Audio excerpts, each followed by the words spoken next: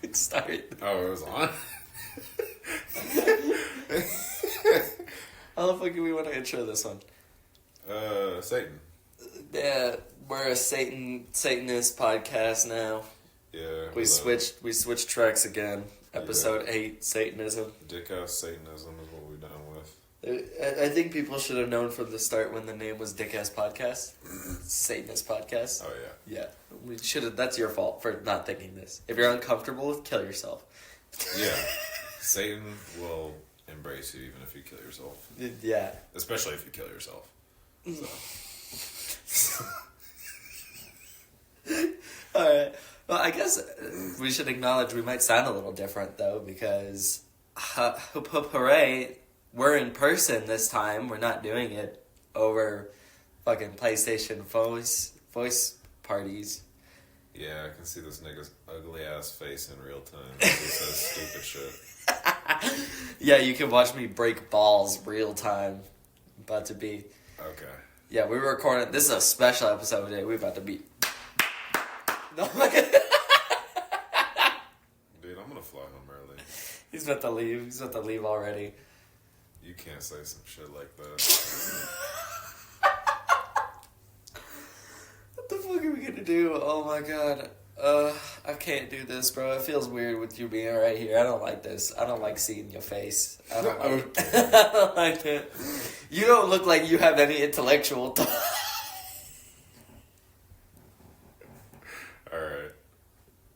Alright. You want to explain your thoughts behind that? Just the way you look. No, that makes it sound worse. Yeah? Yeah. Alright, well, I guess let's just get right into the meat of it. You were reading the book on Stoicism, huh? Stoicism. Stoicism? Yeah, it's like racism. But Stoic. against Stoic? Yes. Isn't it Stoicism? Because there's Stoics. Yes. Stoicism. No, it's Stoicism. Stoicism? Yes. Or is it Stoicism? I don't fucking know. That's just how... Shut up. Well, you want to explain it to people who don't know what it is? Okay, so... Essentially, there aren't two types of people in this world. There are a lot of different kinds of fucking people in this world. But there are those that will go through tough trials and pain in their life, and they will curse everything around them. They will resent other people, resent themselves, and they complain. And then there's the other group of people who accept and encourage challenge, and even in the face of things like even like a family member death, they still it gets a little weird when it gets to that point, like a family member dying, because even in the book I was reading, Meditations by Marcus Aurelius, I'm not like hardcore into this. I should establish that I'm not like a... You are not a Stoic? No, I'm not. Even though some may disagree. But yeah, there were some things like, even if like a family member is passing, or like your child dies or some shit, like remain calm. So like the whole idea of being a Stoic, right, is, correct me if I'm wrong, but from what I've heard is that it's the idea of getting rid of emotion, kind of. It's like... Not excluding it, but more maintaining it on a stricter level where you're staying calm, cool, and collected. Yeah. It's essentially the ultimate form of mastery over your mind.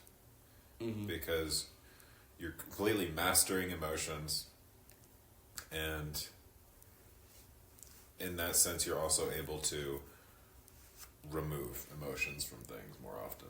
So, fucking crying? Yeah. Is it that compelling?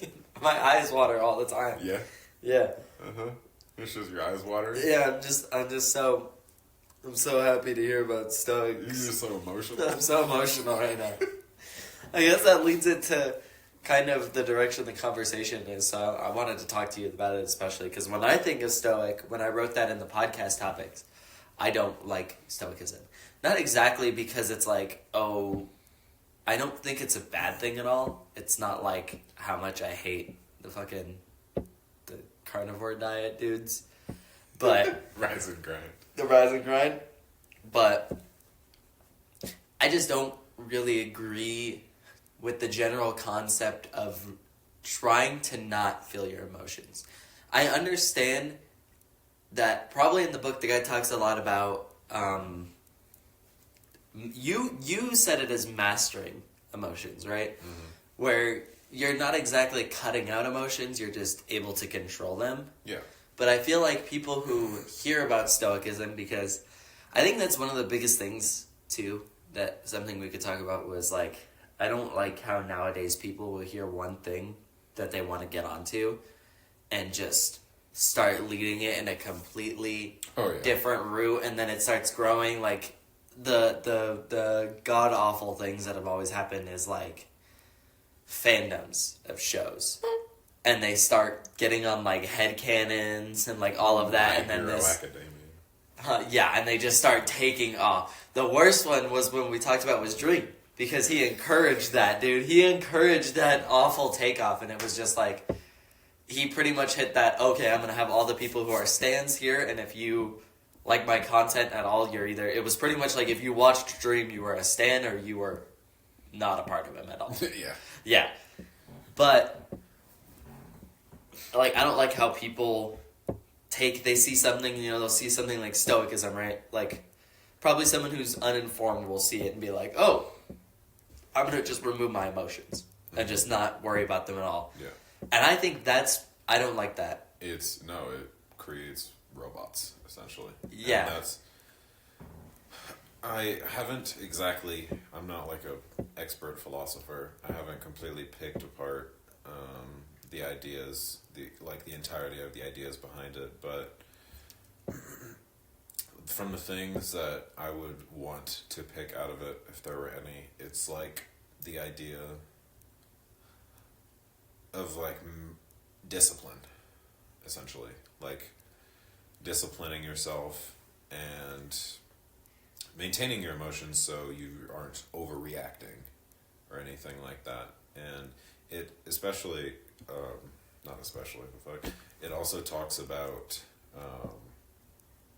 there was one part where it was a man who succumbs to, I think, it's either desire or pleasure is worse than a man who succumbs to anger. And it's kind of like, it's like being able to not control desires, I guess, is also worse than not being able to control your anger. Yeah. Yeah. I guess that kind of leans in with me because I think you remember, like, when we first became friends on the PlayStation party, dude, I would get angry. Oh my god, I wanted to kill Caleb one time in Minecraft, dude. He would just not leave me alone. I was trying to build something in Minecraft. I was in, like, middle school, and he kept fucking with it, and oh my god, bro. Oh my god. My mom was like, you need to shut the fuck up. Yeah, you need to get out into the shed. They locked me in the shed. That's a story. I don't think I've ever talked about that on the podcast. On my PlayStation, I'm known as Shed Boy because fucking my sister was pregnant and my mom was like, alright, you're too fucking loud. And we had a shed in the backyard and they moved the PlayStation to the shed in the backyard and I played in there for like over a year. Through the winter and the summer, bro. Remember when I'd have to stop mid-match to go fill up the swamp cooler? Because I was dying. I can hear you throwing around on the fucking steel stools and shit. Oh my god, they had the milk crates, bro. I would just throw them across the shed. That was the most fun I had, but that was the most return to monkey I've ever been. Yeah, I don't think it was good for the anger at all. It was not, but recently I've definitely... I am someone who... I feel like I actually have really good control of my anger now. Mm-hmm. Like, there are the times on fighters, but I don't really care when it comes to fighters because I'm like, it's a game, it's no problem. Mm-hmm. But, like, before, people would make me so... Like, when I was a kid, I'd get so irrationally angry, I'd, like, start crying or something. Mm-hmm. Like, I would just be so mad. And it was more, like... I would get mad, and then I'd get more mad about not being able to do anything about it. Mm-hmm. So I've gotten to the point now where I can control, where I'm like, someone really makes me mad. I've gone through enough trials in life where I realize it's not worth getting mad, because things are just going to get worse. Because I feel like I'm a big believer in sometimes you need to be the person that just stops and realizes, like, even if they're wrong, there's no point in arguing. Mm-hmm. So I've honestly gotten very, very good at that. I've even had some problems. There is some problems with that, honestly. Like, a lot of times, if I'm having problems in a relationship with a friend or something, and they can get mad at me. This was recent. I'm not going to go too much into it, but I realized I was like, I need to start saying something. Because I was like, I will change for people, and I will be like, yeah, I got to readjust it. There's no point in getting angry. I gotta realize sometimes I'm in the wrong. Yeah. And I will change for people, but this one continued a little bit too much, and this is someone I actually really care about. And then it went a little too much that I had to start being like, hey, you realize, like, you can't just keep doing this. Like, I know I might be in the wrong, but, like, you are also in the wrong, and you have to take that. Yeah. Like, I'm not just gonna be the one who sits down all the time. So I feel like there is a balance to it that I'm still getting used to. But, again, I just don't like... I don't like the feeling of anger, but I don't think I could live without it, if that makes sense. You know what I mean? Yeah, and that, what you were talking about, like you getting to the point where you had to say something, mm-hmm. That's also kind of... There are, like, core values, obviously, that go into Stoicism, and... It's pretty much honesty, integrity, and, like, discipline and all that. And it's...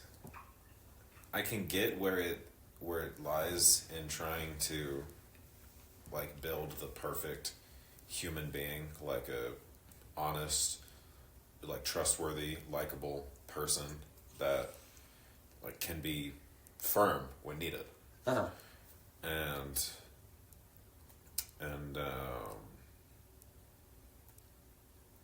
what's it called? And that kind of thing, like, in relationships or just in interactions with people. Kind of not skating around things, mm-hmm. and just realizing that you have to get straight to the point with them. And you just have to confront things instead of just, like, pushing them down the line. Yeah, I feel like a lot of people nowadays might need to learn from that, because I feel like some people struggle, and then some people also take that too far. Because I guess the biggest thing in life is everything, it kind of feels like a, to bring it to, like, an analogy or a metaphor, right? Like, all of life, anything in life feels like a dance. You know what I mean? Like, mm-hmm. where you have to find the perfect rhythm, and you have to be forward and straightforward and be confident enough, but you can't go too hard, because then you're going to go off the rails. Yeah. You have to find, like, the balance. Like, that was the same thing when we were at Topgolf today, where it was, like, trying to teach you how to fucking swing the golf club. Like, in my head, I was like, yeah, you have to have good enough form to be able to hit it, but then you have to weave in enough power to be able to launch it fucking far. Yeah. But if you do too much, then you just hit the floor and hurt your hands, and the ball goes sky high. Exactly. But and that's it. The book does talk a lot about like nature and harmony with nature, and that does seem like something that, because nature is...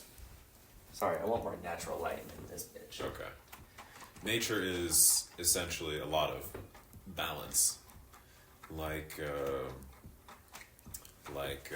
ecosystem is all balance. Yeah. The whole thing. Like the way wildlife interact with each other, the way the earth kind of has ways of like... The earth. Okay. Alright, fuck. Sorry. I gotta say another thing too. I realized I was like, this is probably the most intellectual conversation we've had. You know what I mean? Like, ever since we decided, we're gonna switch to philosophy, like, this is the most philosophical conversation we had. It hasn't been very long, but I don't know what it is. But it's like something about you sitting face to face. Like, I respect your opinion a little more. What? No, not like a. I'm not trying to say like, when we talking on PlayStation, I don't respect you. Yeah. No, I mean like, damn, it's easier to have an intellectual conversation when we're sitting in a different environment. Like, we're in my living room right now, just fucking talking. But like, on the PlayStation party, it'd just be like, yeah, damn, I'm gonna make fun of him. I'm gonna roast him for something. Yeah, you realize the size difference, nigga. But I could take you in a fight, right? Never mind. Anyway, it's not entirely different trying to achieve that balance, that harmony with nature, because the issues that we face as humans can be attributed to either of the extremes, like honesty or being straightforward. Some people take it too far. Oh yeah, some people are too honest. Have you ever run into one of those? Have you ever been friends with one of those people? I don't think so, no. Oh my god, some of those people are assholes. Like they're like honest, but it's like, yo, you need to realize to shut the fuck up sometimes. Yeah. It's like every thing that you do that they don't like, they will tell you straight to your face that there is something that I do not like about you, that I think is bad about you, something you could do to change it. And then there are some people who will just be like, it's okay. They're just like punching bags, essentially. Like, yeah. You could see it in like an abusive relationship or something. And I know those are a little more touchy because there could be like manipulation and such, but they won't confront anything really, or just not abusive, but just poor relationships. They don't. Yeah, it's they're better. Not really confronting. It's better in the sense of like a poor beginning relationship, because that kind of stuff does happen in like a super serious abusive relationship. But if we're talking about that, then there's manipulation and also fear of danger. But like in beginning relationships, I feel like a lot of people, we don't have an age statistic, huh? Of like who actually listens to the fucking podcast. Yeah, no, it's not that serious. Yeah, well, I think everyone can learn from it though. It's like, there is in the beginning there, you have to realize, because I feel like a lot of people go through these stages, right, where they get into one relationship, and either, like, most people will be like, okay, I was the one being taken advantage of, and I wasn't speaking up for myself. Uh-huh. So the next relationship that they get into, they're like, I'm going to speak up for myself. But then they're like, they're on it about everything, and they're like, you need to change, you need to do this, you need to do that, because I'm not changing, because last time I was in they become the manipulator. Yeah.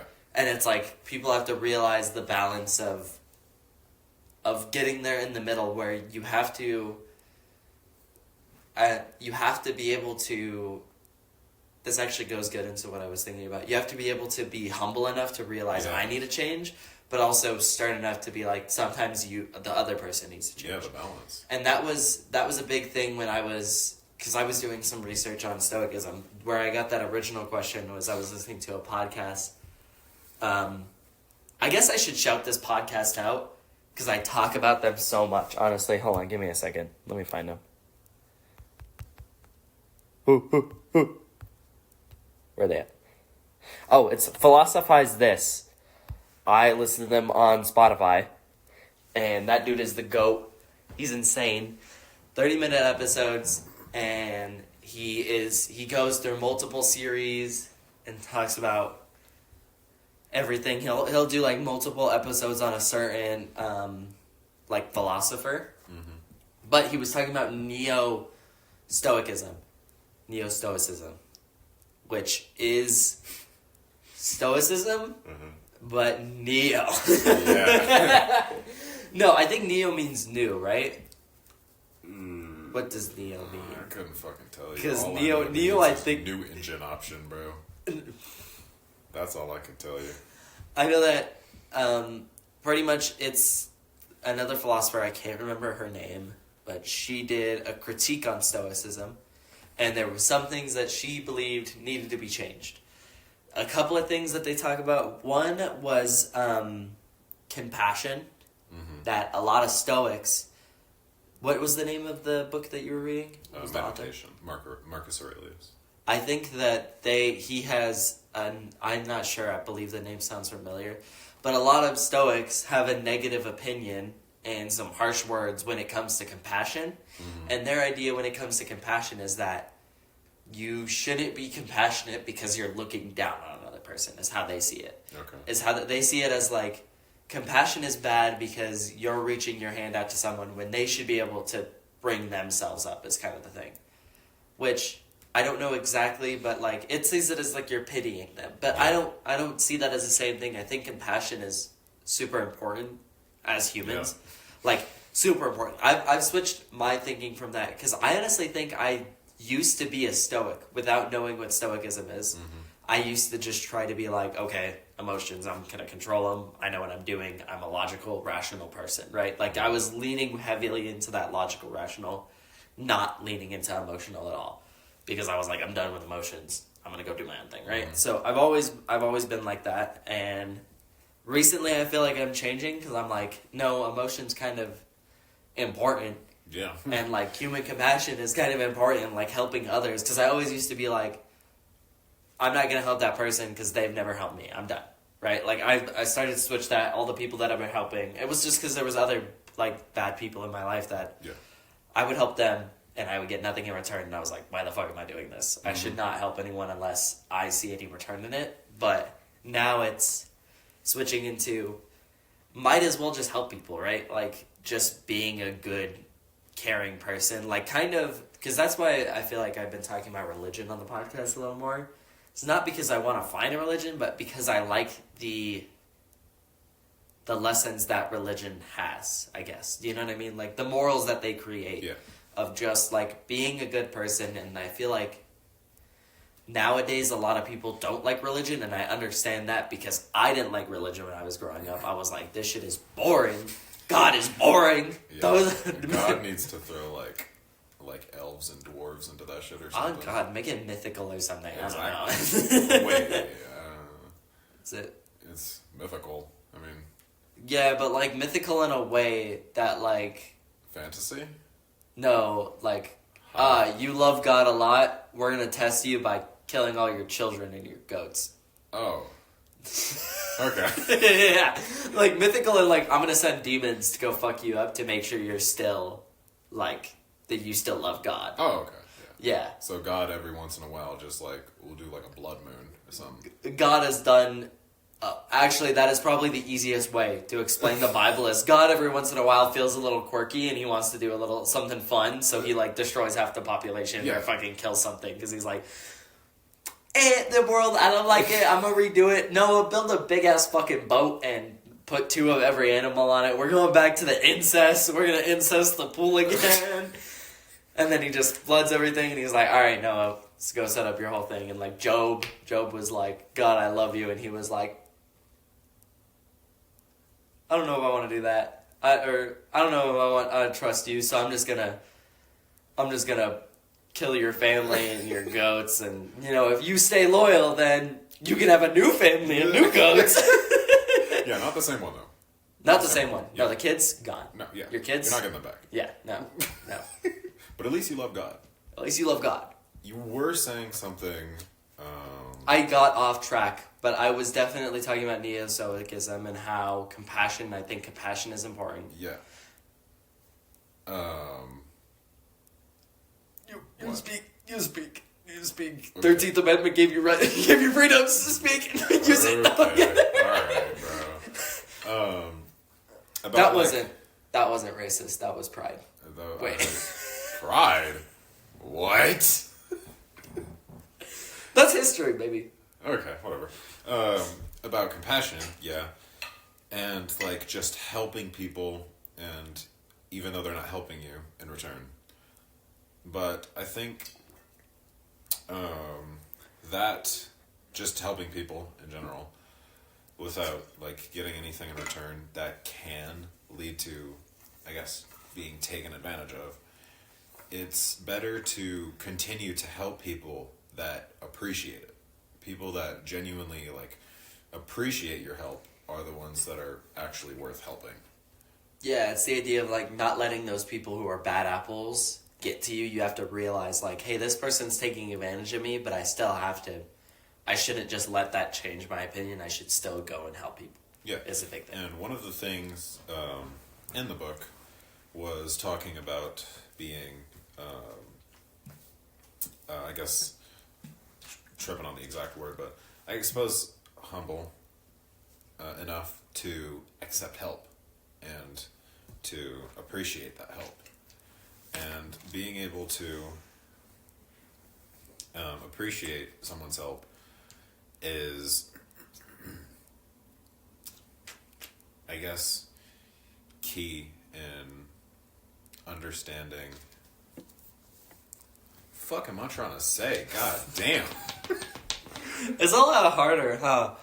Like, I felt like when we were doing history, it was like, oh, I got notes. I got something I can fall back on if we fall out of it. But it's like, oh, my brain, no work, my brain. It's all the McDonald's and Starbucks we've had this trip, huh? Yeah, I just have to flow like water right now. Okay. Fuck that. What? What? Huh? He's big and black. He will Okay, take no, you. never mind. Oh, wait, no, I should explain that one. I was singing Big Dick Randy by Dig Bars. I don't want people's just gonna be me here. He's big and black. He will take you and then stop.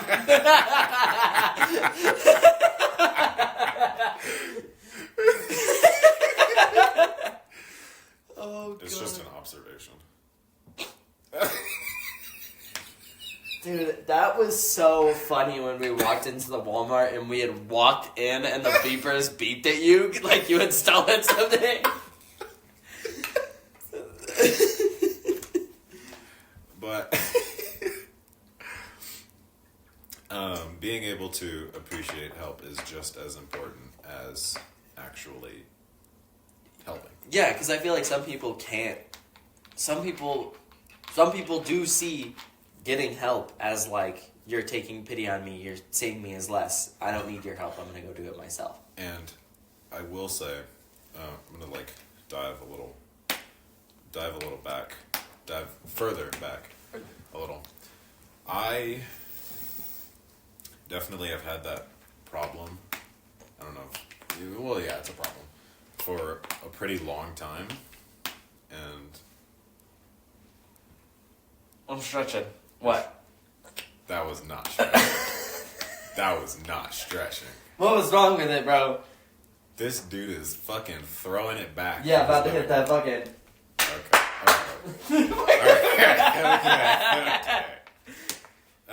Sorry, I actually had to stand up. It was too much. I was like, my legs are...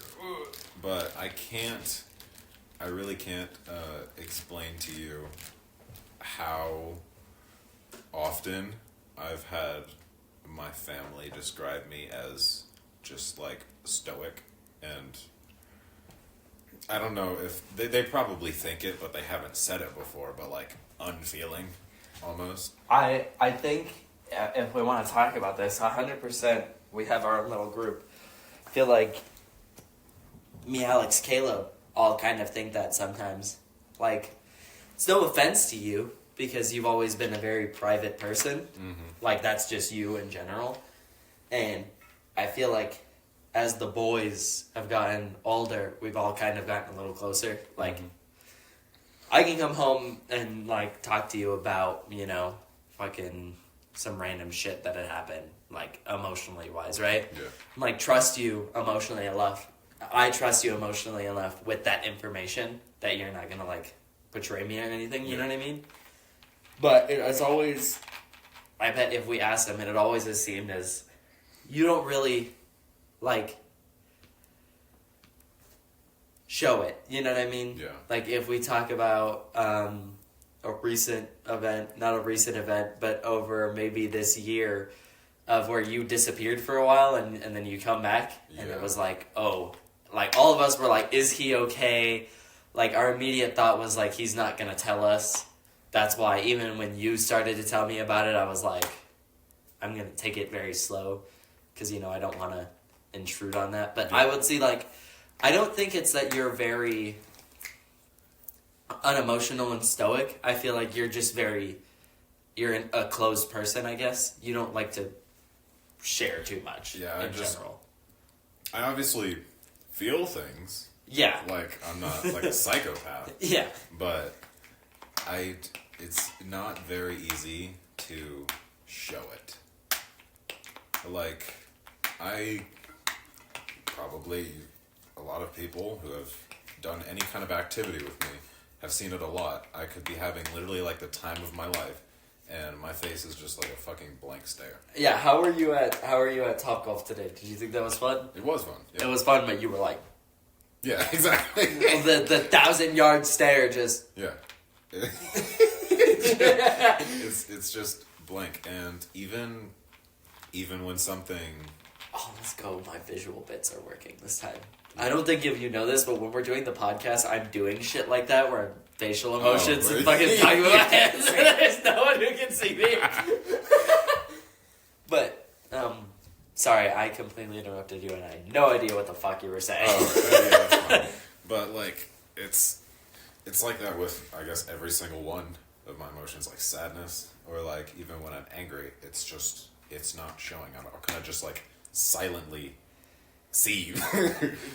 Like, especially, I guess that one, I know that one for sure, because when we're playing games, like, I'll be watching you play Elden Ring, and you're fighting Melania, and you're like, just quiet. Just stop talking. No words, you're not talking, and then the one word that comes out of your mouth, I'm just losing a crazy frog right now.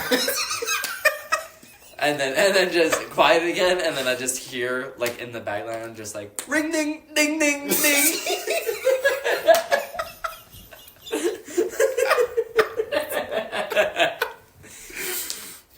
But no, I completely get what you mean, and I don't think that you're like I understand that you're not, like, it's not that you're not an emotional person, and like, what is it called? Is it a sociopath? Which one is it that they don't feel emotions and they're super narcissistic? You're not that. I think it psychopath? Is that a psychopath? Is psychopath and sociopath the same thing? No. There's a difference. I think psychopaths are. Fuck. Hold on. Well, but like, I think people understand what I'm trying to say. Is like, you're not like an unfeeling emotion. You do feel the emotions. You just don't. You're not an expressive person, I guess. Ring ding ding ding ding. Okay.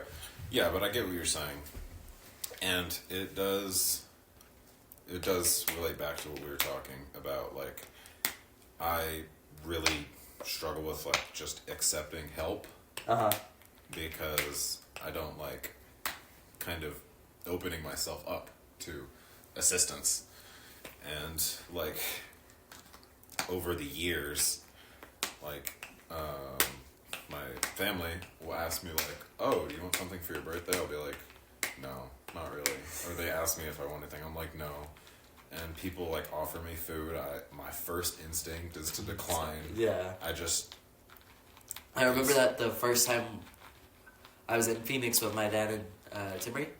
When we were down there, and I remember that they were, like, paying for everything. Like, it looked like you were a little uncomfortable with them being like, oh yeah, no problem, sign it off, you know what I mean? Because that's how they are. They like to take people out, but I could tell immediately that I was like, this specific thing, he's a little bit uncomfortable. Yeah, it's hard to accept people doing things to help me, or just doing things for me in general.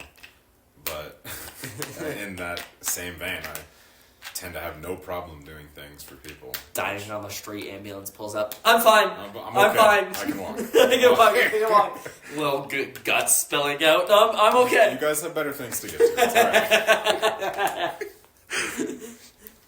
And yeah, over the years, it has definitely gotten a little bit worse. I was staring at the sun. Oh, it has gotten, or not a little bit worse. It has gotten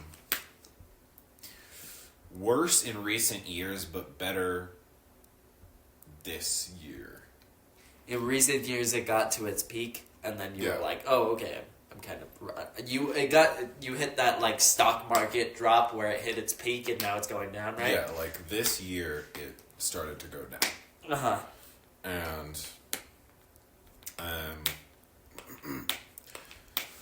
kind of more able to understand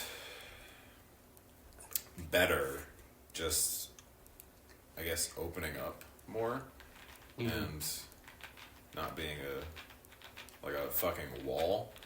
Sometimes that's how it is. You'll just be telling me something, and I'm just...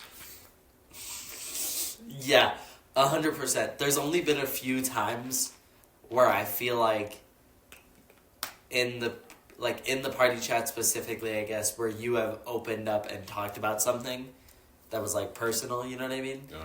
Like, dude, honestly, we could tell from the start because of the way that you enveloped your way into the group, which is a hilarious story, bro, because you just joined, said nothing.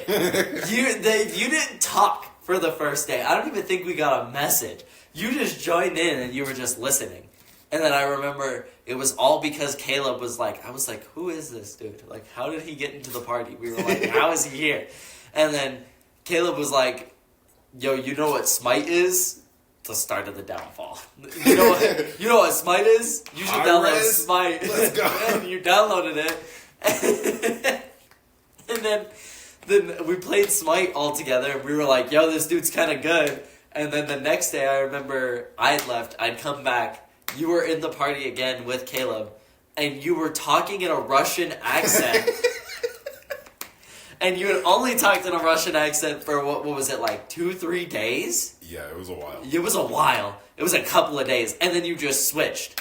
And then it was like, okay, this dude's here now. You want to play COD Zombies? And then you became part of the group. And it was just like that. Like, you had just appeared. And then, what? Like, even then we already knew. I was like, okay, this dude did not even want us to know what his voice sounded like for like 5 days. Dude, I think it took like 3 years for me to even know how old you were and what grade you were in, which was something like that everyone else in the party was like, oh yeah, I'm like starting this school year, you know what I mean? My birthday's this day. You were like the NPC that was just always in the party and just like, let's play something. Yeah, I'm pretty sure for a while you guys thought I was like in the same grade. Yes. Until I broke it that no, I'm a year under. Yeah, you were like, oh yeah, I'm in 8th grade, and we were like, huh? What? I remember being absolutely shocked. The one we didn't even know. It took us a minute to just be like, oh, he is of African descent. We didn't even know, bro. Yeah, you guys just thought I was like an emo white kid. 100% I thought you were an emo white kid. 100% I thought you were an emo white kid. I can definitely hear it, though, whenever I listen to myself, like, in those past, like, voice recordings. Uh-huh. Or, like, videos with the party chat on, and I hear myself, I'm like, dude, this sounds bad. This sounds bad. Where are you? And I'm so sorry. Accurate. I just played an actual clip from the party chats back in 2016. That was me. Oh my god, bro! I could not go back to those times. I'm like thinking about like the old like fucking freshman year, like party chat. Like what year was it? Graduated 2021. Fucking 2016, 2017, bro. Oh. Yeah, I think it was like 2018. That was awful. That was fucking awful. Well, that's the good thing about growth and the progression of time. We cannot go backwards. I think it's actually kind of crazy because I didn't think Stoicism would relate to both of us this much, in the fact that like I felt like I was becoming a Stoic and now I'm switching, and people think you are a Stoic, but you're like, no, that's not me. I just don't like to. Bro is actually built like an obsidian wall. The sound it reflects back so well. Yeah. You know what we have to actually do? You know what I was thinking about? If I honestly kind of wanted to talk to like about the podcast, because one thing that pisses me off, right? I listen to a lot of podcasts. One thing that fucking pisses me off is I used to listen to these podcasts and I was like, yo, these are sick. They have their sponsorships that they would read in like the middle of an episode, and that was it. Now it's like actual commercial ads 3 to 4 times throughout the episode. An hour-long episode, I get 15 minutes in, and I have to listen to 2 minutes of ads, and it's unskippable. Why do I even pay for Spotify Premium? You're going to put ads into the podcast episode. I'm like, what the fuck? You ruined the whole flow of the conversation for an ad. I'm like, what the hell? So, I don't know. I feel like, I don't know if I'd ever want us to do that, even if we got a lot of people. Mm-hmm. I think staying humble is important, and even if we got a lot of people who are listening to the podcast, they'd be like, some fucking Ford wanted to run an ad that we didn't talk.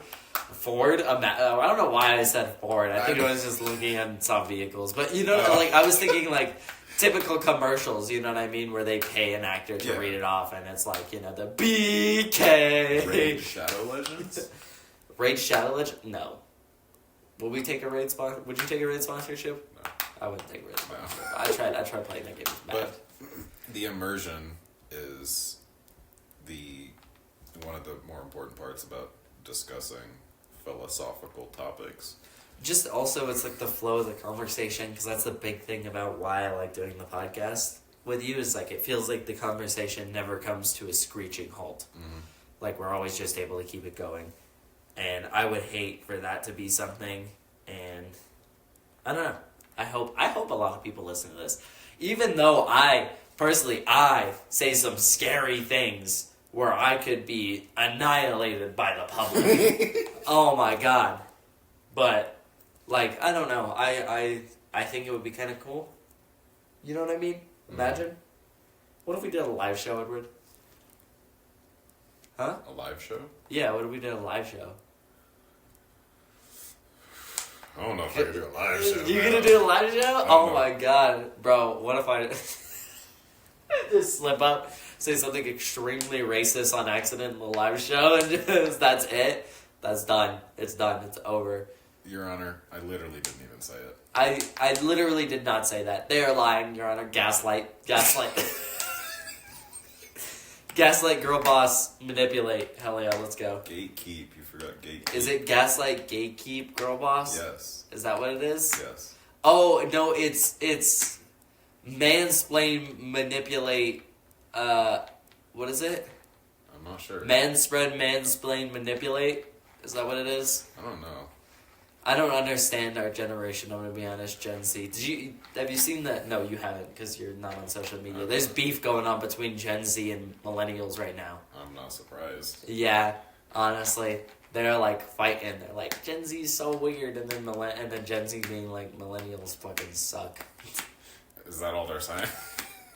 Pretty much. I've seen some really cringy-ass videos on TikTok of what Gen Z has been calling millennial core. Millennial core. Millennial core. They call it millennial core, which, by the way, Gen Z, cringe. That's a cringe-ass name, calling it millennial core. Like, what is it, like cottage core? But there's all these cores now.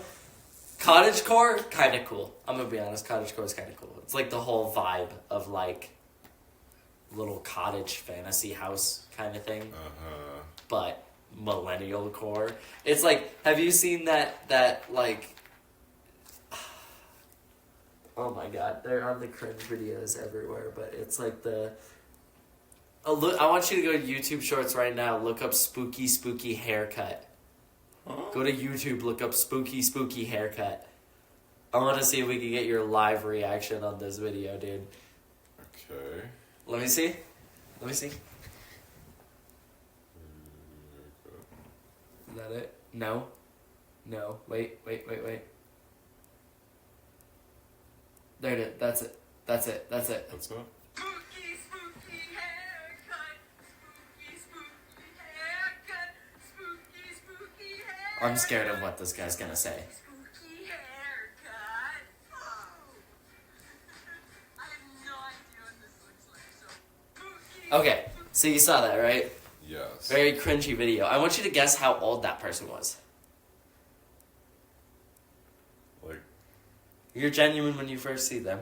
How old do you think that person is? like 32. They're like 30 years old. They are 30 years old, and they are jumping in front of the screen going, spooky haircut. And this is part of the, That is labeled as millennial core. Yeah. even though cringy shit isn't limited to one generation. It's not, but millennial core is seen as cringe. I guess it would be seen as more embarrassing because I guess like No, they take that with pride. oh Yeah. Yeah, they're like, this is funny. oh Like saying, like, I think one lady said, like, because I'm a 38-year-old infant, it's a very Vine humor, you know what I mean? Like, make a funny face and laugh, you know what I mean? Like the fucking, you know what I'm talking about? You know what I'm talking about? You remember old school Vine videos? Yes. Yeah, imagine that, but now TikTok formula with 30-year-olds. That's millennial core. okay. And then they'll go and be like, remember when Gen Z ate Tide Pods? When, by the way, there was only 26 cases of people eating Tide Pods in the world. There was only 26 cases. 26 because we're not stupid. People thought that all of the Gen Zs were eating Tide Pods, that we were like, this is our favorite snack. I'm going to be honest, though, if someone made a snack that had the texture and consistency of a Tide Pod, I'd eat it. It's like a cream puff. That. But make it plastic? Yeah. Make it what? Not exactly plastic, but give it that. I want it to pop. I want it to bust in my mouth.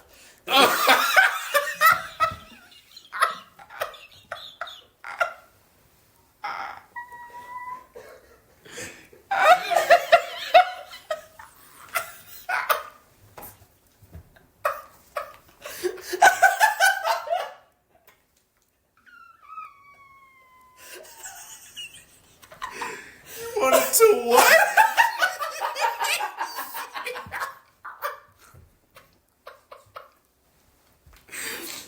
I'm sorry. You heard me. I want it to be like those poppin' boba. You ever go to a boba place and you just go like... Yeah? Yeah, except big. Uh-huh. Yeah, big and circular. Yeah. And filled with cream. Yeah? Stop explaining this. I hope someone who listens to this relates. Yeah. Yep. I hope someone can relate to me wanting big balls to bust in my mouth. Yeah.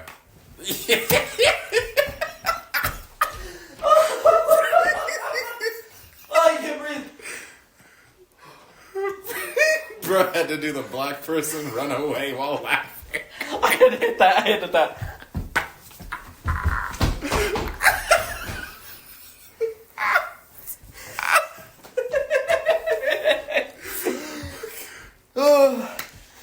Oh my god, bro. How long have we been recording for? How long is this? It's like 4. It's like at least 4 minutes. It's like at least 4 minutes. Oh goddamn! I shocked myself. What the fuck? Dumbass. What the fuck? It's my phone not charging. Your phone ringing. Okay. Okay. Let's take a break from that. Do we want to do something fun? I wanted to do something fun while we were here. I don't know how much. We probably still have like a good amount of time. Yeah, I don't care. Timmery will text us before she comes here. Okay. And then we'll just pause the episode.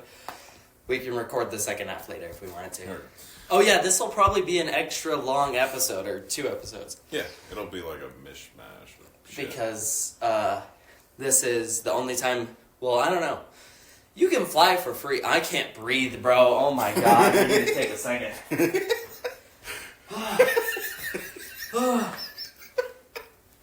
Okay. You're down here until tomorrow. Yeah. But we wanted to do like a special episode, I guess. Yeah. And then, because I don't know when the next time I'll see you in person is. Yeah. Oh my lord, bro. Oh my god. I cannot breathe. Yeah.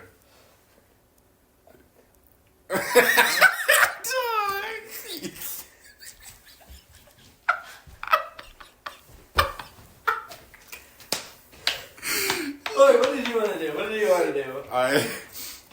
While we were talking, I was looking for some quotes that I pulled. Oh, from Stoicism? From the Stoicism? Stoicism? Yes. Sto. Just think of, every time I say Stoicism, I think of the emoji you send me that is the stone face. Fuck. I think that is the most accurate representation of what you look like. Hold on, I think I've gotten that before. Has someone told you that before? I think I've definitely gotten that before. And it kind of made sense, to be honest. Because you use it so often whenever you text. Then I'm just like, oh yeah, that's just Edward's face. It feels like you're sending a selfie whenever you send it by itself and it pops up all big on the screen. Yeah. And if anyone's wondering exactly what I'm talking about, the Easter Island heads, like that. If you want to know what Edward looks like, just look at the picture of the Easter Island heads, and that's what he looks like. I don't know. I don't think I could. Or the statues at La Vienta. Never mind. Never mind. What were the quotes you had? So let's move on. The city-state? Yes, La Vienta. You know how they have actual heads there, because I forget what the name of the civilization was called. The Olmecs. The Olmecs. They were the first to do like a form of soccer. They had a big rubber ball that they'd hit with their heads, and they wore helmets. And they have statues of these players. And you remember how in Civ 6, if you're the suzerain of that city-state, you can build the heads. Yeah. Yeah. Is it Levant? Yeah, it's Levanta. Okay. Yeah. Yeah, I'm pretty sure they have like the wide heads. Yeah, they had that. No, because you're more of a... Yeah, it's literally just throw the Easter Island heads and then throw an afro on it. That's you. Alright, I do have one. The one that I did like, and kind of somewhat relates to the fucking,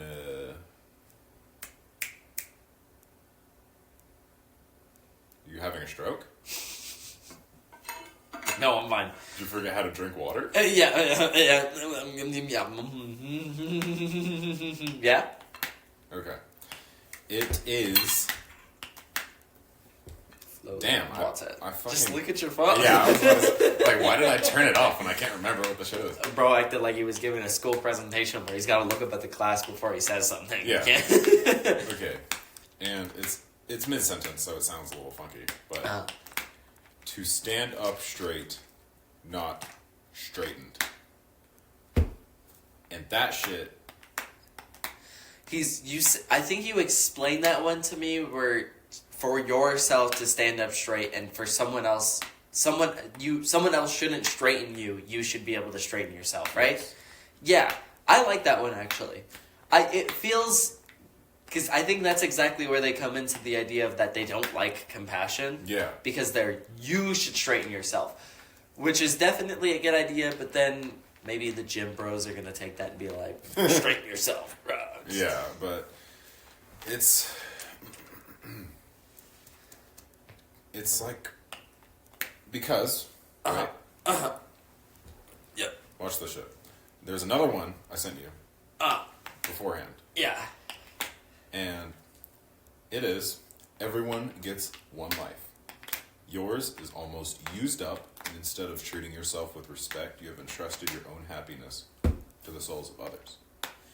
And I think where that compassion thing comes from is like the I hate caring about people thing is like, because their idea goes both ways, is that because it's supposed to be a positive focus towards self, isn't it? The Yeah. whole idea of stoicism is you are what is important, and you should focus the positive energy towards yourself. it's just controlling Yeah.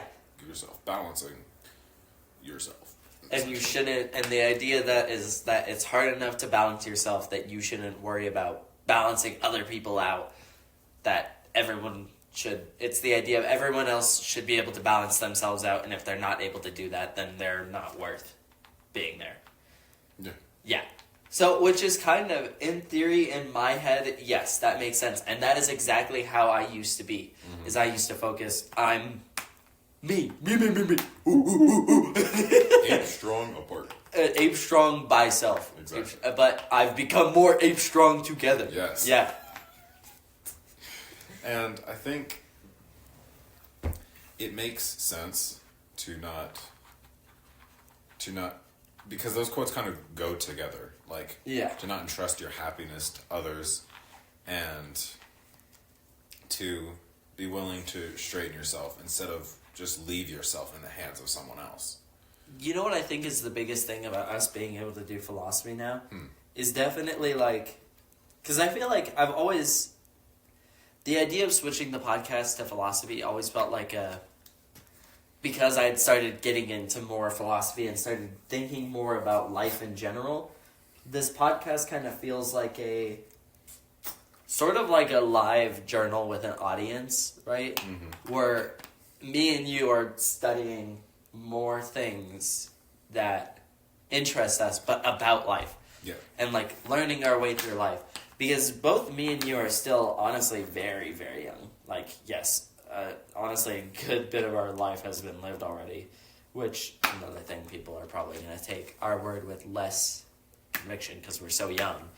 But we are working our way to figuring life out. You know what I mean? And I feel like the podcast is a journey to both help us figure our way through life and hopefully help others. That's the biggest thing I think that I want this podcast to do. Because I hope someone can see this. And even if my negative opinions on Stoicism is bad, I think other people, if well educated enough, should try things. Yeah, it's not like just because something is there, you have to have the entirety of it. You can pick and choose. The point of having free thought and free will is so you're not just completely enslaved by one school of thought. You're able to take what you need. Damn, what the fuck? How do I structure that sentence? I know what you mean. Yeah. You have free thought. So, and because I think that's another thing, as people, we like to separate things into groups, and we like to feel like if I'm a part of this group, I need to be full a part of this group. Yeah. You know what I mean? Like, that's why in school there's jocks, there's nerds, there's the emo kids, there's band kids. People feel like I need to be part of that group, but I don't feel like it needs to be like that. Like, The two-party system. Huh? The two-party system. But yeah, it doesn't need to exactly be like that. Like, the best analogy is like you could be a jock, right? But also, so what if you were like, I'm a little bit done with football. I'm going to still be friends with the football kids, but I'm going to go play band for a little bit. I'm done with band. I'm going to go join the computer kids, learn programming or something, right? Like, you don't need to envelop yourself as the group's personality. Yeah. I feel like a lot of people try to do that where they don't understand who they are quite yet, so they decide to just jump into, I'm going to be this, right? And I've always, since I was a kid, I had a problem with that. I didn't like when people... This is a super sensitive, not a super sensitive topic, but I feel like a lot of people can understand this. In middle school, there were those kids who were like, I'm depressed and I'm suicidal. And they would say it, but it was because they wanted attention. And they felt like they were like outcasts and they had to fall into a group that they could fit in with. Yeah. And that was the group that they could fit in with. Because it was always the other people that I was friends with who were actually like, hey, are you okay? Because they don't talk about it. Yeah. That is, anyone who has had depression before knows that it's not something that you're just going to go and like free-willingly talk about. The first person you see, you know, you're not going to be like, hey, I'm super sad and I want to like jump off a building. Like, you're not going to just go tell anyone that. It's very hard to just realize even that you're at that point. So I never liked when people were like, I like football, so I'm going to go be a full-time sports player my whole life, and I'm going to hate everything that is not football. Yeah. Like, I feel like people need to do more things to realize who they are instead of just joining a group and making that group their personality. Exactly. And that is, I feel like that's a huge problem with people nowadays. I'm like, even if you're part of that now, where you're the mentality of, I'm a part of that group. I'm a JROTC kid. I need to talk to my sergeant. Yes, sir. Yes, sir. Sir, yes, sir. Right? Like, you don't need to be like that. Like, if that's what you like, yes, that's fine. But I feel like people need to realize sometimes maybe they're making it their personality because they don't know what their personality is. Yeah. And that's not a bad thing. No one knows immediately what their personality is. No one knows who they are right away. Like, this advice goes mainly out to people who are still in high school or getting out of high school. Because even by the time you're getting out of high school, I feel like a lot of people still don't even know who they are. Yeah, because they're kind of getting out of they're just barely getting out of a system where there are groups, I guess, that just naturally form. Yeah, and that's the biggest thing, too, is people are like, I'm 18, I'm an adult. No, you're 18. In my eyes, an 18-year-old, even though I'm 20, you're still a fucking child at that point. You still, like... You only lived 18 years. Like, you might be book smart. You have no wisdom. You probably don't know who you are. It's hard to get to that point to figure out who you are. So I think it's big for people to experiment and figure out who they are. I'm very proud of my little brother Damien because of that. He is part of wrestling. He's part of band. He's trying to learn how to play the guitar. Trying to learn how to play the drums, and sometimes it seems like he's doing a lot, but I feel like he is trying to... He's not associating himself with a group. He's trying to figure out who he is. Yeah. You know? And it definitely is leaning into a more music side, but he's not just like I'm just a band kid. I play the saxophone, that's what I like to do. He's like, no, I'm going to go try... They have a jazz band. He wants to go try the jazz band. And even though the first thing he played was saxophone, he's like, I want to get a drum set. I want to learn how to play that. I want a guitar. I want to learn how to play that. Mm-hmm. Now he's asking this Christmas for a bass. By the way, spoiled. A guitar, drum, bass, sax, and you wrestle. You do all that. Dude, when I was a kid, I got one choice. And if I didn't like it, too bad. Right. Gotta finish the season out. They already paid. They gotta get their money's worth. Right? But I'm proud of him for that, for being able to experiment with who he is. I feel like that's so, so, so important. So people who are listening to this and you're like, hey, I kind of like the ideas of Stoicism because I think this conversation went really well with me disagreeing on some of the things of Stoicism and saying what I didn't like about what they focus on. Mm-hmm. But you also did a really good job of explaining why, because I could frame them hating compassion as that's a bad thing. Mm-hmm. They hate compassion. You shouldn't follow them because they hate compassion. Yeah. They hate when you help other people. They don't want you to help other people. I hate help. But you put it in like, no, they don't exactly hate about helping other people. They just say don't focus on compassion because you should be able to rise. You should be able to stand up straight yourself. Mm-hmm. And that's important, I think, definitely. Because I disagree with Stoicism. Yeah. But I don't think it's a bad thing at all, actually. Yeah, I don't disagree with the entirety of it. There are obviously some things where I'm kind of unsure about that I'm not entirely for, but there are still some things that I would love to take out of it that are just useful in life. lessons. Yeah. in life. Yeah, and that It's like the same thing. If you don't like the temple of Satan, the satanic temple, you can take one of the... yeah. Always, we're going to relate back to the satanic temple every episode. aren't we? Because they're kind of spitting, to be honest. Hail Satan. Hell Satan. Wait, no. Dude, should I tell that story about how I terrified my teacher? Yeah. Oh my god, bro. Okay, so we're in history, and we're talking about the Civil War, and I think he was bringing up how divided they were in the Civil... same thing. He was still talking about how divided they were in the Civil War, and how now we're getting more divided. And I was seeing it as, like, he's pointing out the certain sides. Like, some sides they have more religion. Like, if we're to put people into groups, right, conservatives are very Christian, right? Mm-hmm. A lot of conservatives are also very Christian. So I was like, I wonder what the opposite of that is. And I feel like the very liberal side of it is the Satanic Temple. Mm-hmm. Because the Satanic Temple's whole thing is kind of fighting against that whole indoctrination of religion, that they themselves are a religion, so they're able to get into there to fight against it, to be like, our religion is scientific. Yeah. Is their whole thing. Which there are parts about that I agree with and disagree with. Like, I don't think it's a good idea to just be like, all religion is bad. But I do think it's a good idea to stop other people who may not know. Yeah. Same reason. You may believe in something, but I feel like freedom of religion is a big thing. You should experiment, and you should figure out what religion you believe in. If you believe in one, then try them all. But I was bringing that up. I was like, oh yeah, there is this satanic temple. I wanted to bring it up in class, and I was like, this is super cool. This is something I did research about.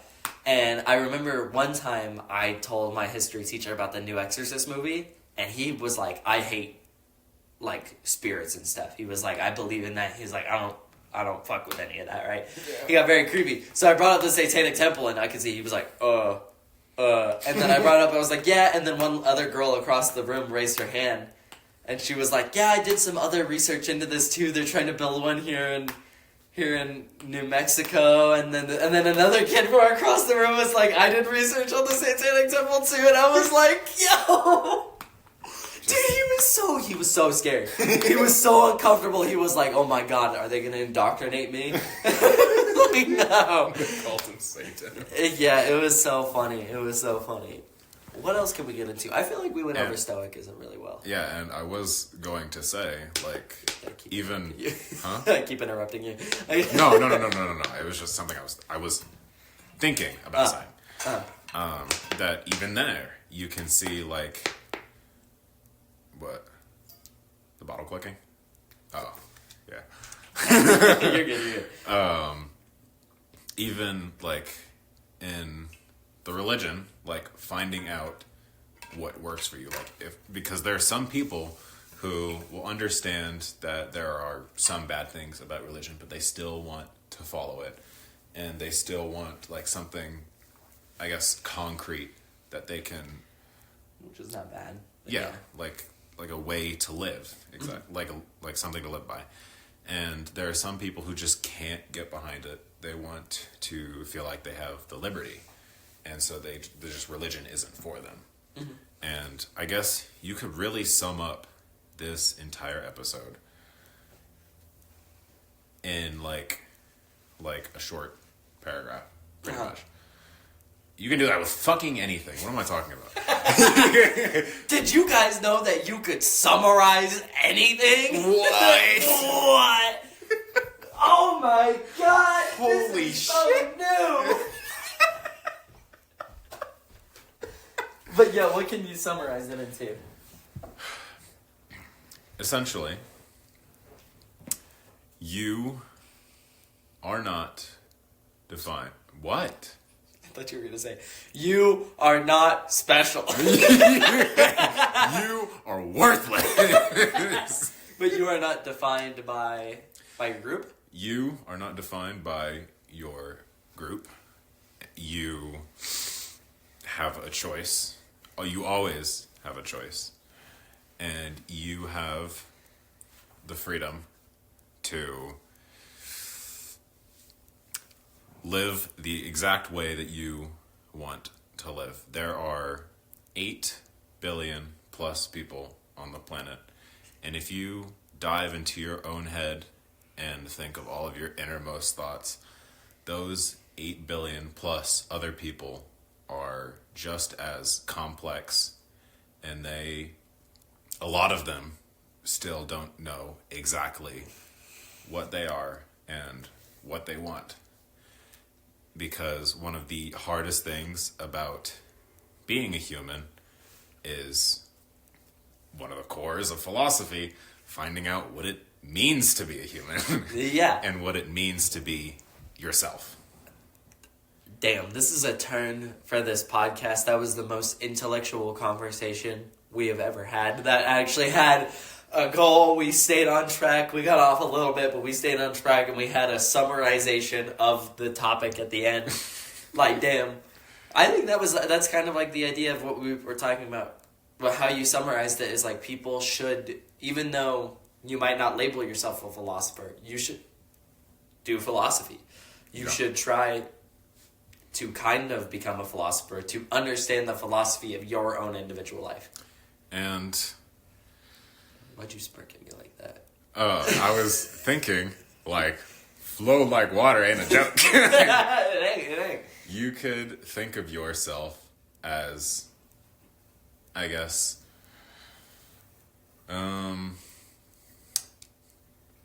water. Water in a, what is it? Water. And every single person on this earth exists in their own unique Glass. container. Yeah, their own unique glass that's what Bruce Lee said. Is it? Yeah, he said something about like water flows. You can put water in any glass and it'll take the shape of the glass. Yeah. And that is interesting. And that glass or that container does not have to stay the same way. And people cannot control what shape that your container will be. Mm-hmm. You have to decide for yourself from your own experiences and just let the water flow. Ooh, philosophy. Ah! Let's go. Let's go. Alright, now do we want to do the funny thing? Do we want to make fun of people on Reddit? Yeah. Do we want to make fun of... Whoa, we're going to make fun of people on Reddit. Woo! Yeah. Can I pause this and then resume it? Yeah. Okay, I'm going to pause it really Wait. quick. I don't know. Can you? Let's see. Well, that's not the pause button. God damn it. But that stop it? Alright, we resumed. We're back. I don't know how the hell that cut's going to sound. It's gonna sound fucking atrocious. Oh, it's gonna be so bad. I'm gonna have to fix it in post. But we've got the screen mirroring on. We've got Reddit pulled up. I don't know if this is gonna be one episode or if I'm gonna split this into two. How many of these are we gonna do? Like one or two? Let's just see. I don't know how much we're gonna do. I don't have an idea, but we pulled up "Am I the Asshole" on Reddit, and this just sounds fun to do. So let me read the title for everyone at home. This one is, "Am I the asshole for fat shaming my roommate because she wouldn't stop talking about how fat America is?" You go ahead and read it. All right. I, 25-year-old female, am an American who has been living in London for about 6 months now. My roommate, B, 23-year-old female, has been nice for the most part. And I've even come to enjoy her company. My only issue is that she is always taking jabs at America. To clarify, I don't think America is above criticism, and I have no problem shooting shit from time to time. Mm-hmm. When I first met her, I would laugh along and didn't feel any type of way about it. However, it's become too frequent, and as time has gone on, I've started to notice an obnoxious air of superiority every time she does this, which really makes me feel like it's not all in good fun anymore. She'll even refuse to believe me if I correct her when she says something untrue, i.e. when she said Americans are all so stupid because all of your tests are multiple choice, and I told her that wasn't true. She insisted the schools I went to must be different from most schools in America. I've tried to go along with it, as I don't want to be an overly sensitive person, but it's starting to get on my nerves. All of my frustrations came to a head last night when she started talking about how disgusting it was that America is so fat. a topic I've heard her talk about many times. I was in a bad mood. I still tried my best to ignore her, but she just kept going. I've always had to bite my tongue when she talks about America's obesity epidemic because B is overweight herself. I finally snapped and stopped biting my tongue and said, "Don't you think this is a little ironic?" She gave me a confused look and asked why she would think that. Wait a minute. Don't you think this is a little ironic? She gave me a confused look and asked why I would think that. To which I replied, "Well, I'm an American and I'm a lot thinner than you. This conversation would make more sense if you were the thin one." She absolutely exploded and told me I had no right to make comments about her body. After that, she locked herself up in her room and now she refuses to talk to me. I made some beef stew for dinner tonight as a peace offering. Food as a peace offering? Bro. Oh my, read the room. What the It's a beef stew. But she still won't acknowledge my presence. I do feel bad about hurting her feelings, but I also feel like she shouldn't dish it out. If she can't take it? She shouldn't dish it out, bro. Really? Oh my god, bro. She said, "Here's a peace offering, fat bitch." Fucking eat the stew. Okay. Let's clarify, body shaming is not good. Me and you are lifters. I don't think I would be happy if I saw anyone body shaming another person at the gym. I'd be body shaming myself sometimes. Yeah, only yourself. But that's so funny. The beef stew. Oh my god. Alright, so... I 100% think she's not the asshole and she shouldn't feel bad. Yeah, if you... I don't know what she would really expect, she being the larger one. The elephant in the room.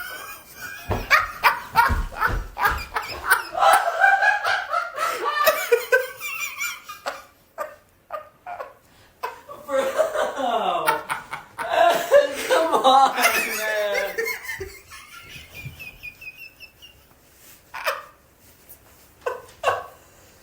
Oh, yeah, what you should expect. If you're living with someone of a certain nationality, and then you proceed to, on a consistent basis, insult That nationality? that nationality, do you think they're just going to continuously put up with it? We can relate this back to us. I can make all of the racist jokes, to you. Yeah. But that would be like if you called me like a cracker and I got mad at you, like, "You can't say that! You can't say that! What? How What? dare you? How dare you?" Like, no. Like, if you called me a honky or something, you know what I mean? Like, I'm gonna laugh. That's funny. Like, you have to be able to, if you're gonna make jokes like that, because I am a person that thinks, like, dark humor and making fun of other people as a joke, like, making fun of groups as a joke, making fun of other countries, people, something like that, right, as jokes is funny, right? But it's only funny if, like, everyone's doing it. Yeah, and if that you person understand finds it funny. And you understand that that's no harm, right? Like, because obviously she was doing it where she was making jokes on like, Americans. And the lady who was there was laughing with her. Yeah. And was like, yeah, that's funny. And then there was other times where she says something that's objectively wrong, which I can see as well when you're insulting, or when you're saying something, when you're trying to convince people that something is fact. Like, if I said as a joke, God, that's so scary to say. Joke, example, like if I said all black people were, like, stupid because they lived in poor neighborhoods or something. Like, that's not true. But if I was trying to convince you, oh no, this is fact. This is like 100% fact. Like, no, then you're getting to a point where it's like, okay, that's racist. Yeah. That's racist. Like, no. But she's getting to that and then also denying the fact of being like, she was like, no, I'm from the U.S., like, not all of our tests are multiple choice. And she was like, you must have went to a different one. Like, you haven't even lived in the U.S., but you saw that online and you were like, that's 100% fact. And how like, the fuck do multiple choices make you stupid? It doesn't. You have to pick the right fucking answer. Like, yeah, but I also feel like long-worded questions, you can bullshit easier. Yeah. Because you could just say whatever the hell you want, and if it's close enough, they'll be like, yeah, Sounds right. it sounds right. But, like, like, it would be as if, like, let's say one of the most common British insults would be like, they got, like, no dental care. Yeah. Their teeth look like fucking, like an isosceles triangle or some shit. They got the isosceles triangle. But they're looking like X equals Y plus B. But, like, if the person you're, like, telling that to is like, yeah, that shit's funny, then it's not really, and I mean, it's kind of true. But it's not true. It's not, it's generally, it makes sense. It's a general stereotype that is used as a joke. Yeah, and it sounds funny. Yeah, and it's just funny. But, like, there are British people who might have big teeth, but their teeth are straight, you know what I mean? They got better teeth than me. Well, yeah. But if you're in this American woman's shoes and you're witness or you're the audience of all of these jokes that are essentially getting to the point of slander, and you're like, bro. Honestly, my opinion is she was taking the back shots long enough that she had to start dishing them out, and the other lady couldn't. What? What? The other lady couldn't deal with them, right? It's the same thing we were talking about, where sometimes you gotta redish it out. I'm just labeling it in the form of back shots. Okay, and and I mean, she did say it, and like she did kind of like snap back in a kind of like joking way, low key way. Like, isn't that a little Like, ironic? yeah. Like, And people like that who I think the main idea of getting into it is people who can dish out jokes but can't take them. Like, immediately, if you're joking with me all the time and I say one joke to you and you're like, what the hell, man? And then I'm like, I don't want to even associate myself with you. yeah, you have to notice when someone is getting like more uncomfortable with the quote jokes that you're making. Yeah, and it's like, especially like that, especially when you are the one making other person uncomfortable, and then out of nowhere, that person makes one joke that makes you slightly uncomfortable, you're like, I hate you, you're the worst. Like, no, you started it, kind of. Yeah. Like, if you didn't, I bet if she didn't do that in the first place, that girl would have never made that joke. Mm-hmm. That girl would have never made the comment if she didn't feel like she was like, okay, I need to, you know. What does the top comment say? I'm curious. Britain has one of the worst obesity rates in Europe. That's the top one. That's it? Yeah. That's it. What you said was obviously mean, but also really funny from a European perspective. The irony is so strong because most EU members considered UK to be kind of arrogant and self-centered, and she was exactly that. Oh, yeah, that's kind of funny. Honestly, British people are a little bit arrogant. Like, bro, beans and toast. You conquered half of the world for seasonings, and you're All gonna of eat them beans.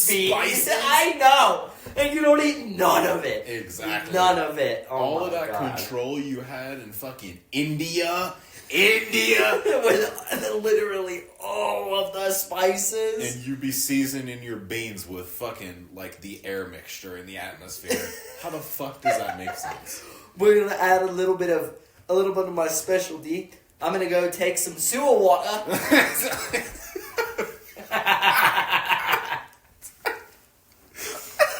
The amount of British hate on this podcast, there's been a lot of British hate on this podcast.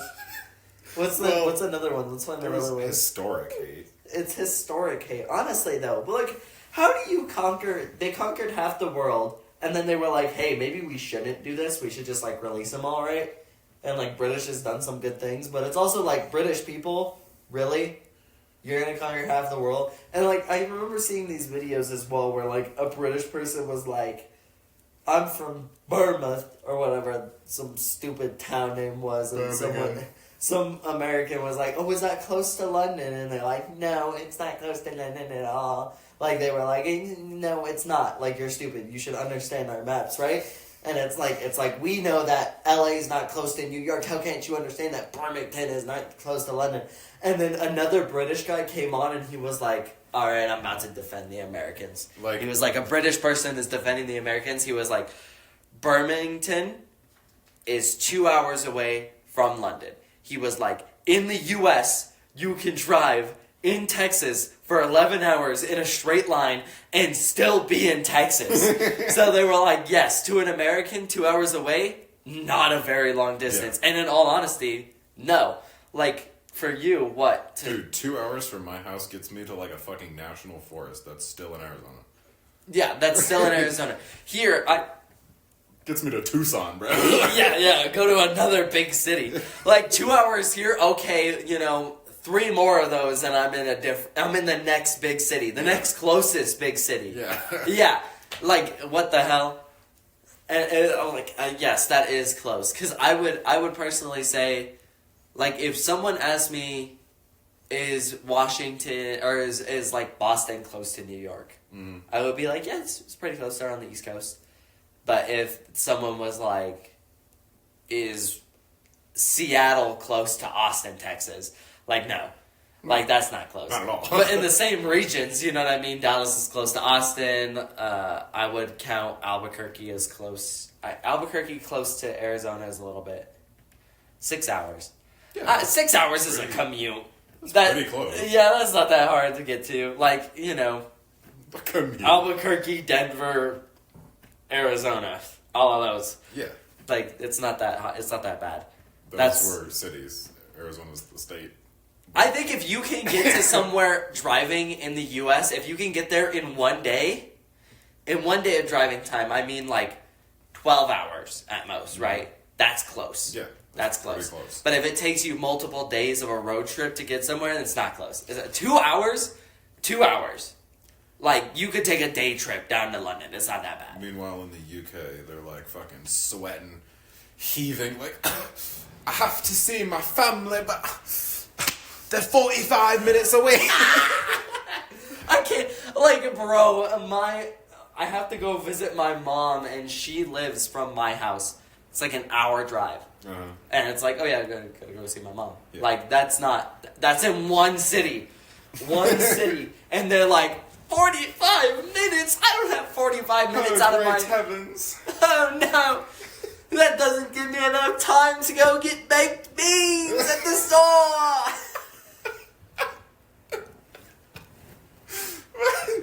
But back to talking about... Never mind, I'm not going to say Did you find a new one? No. I was going to get back to our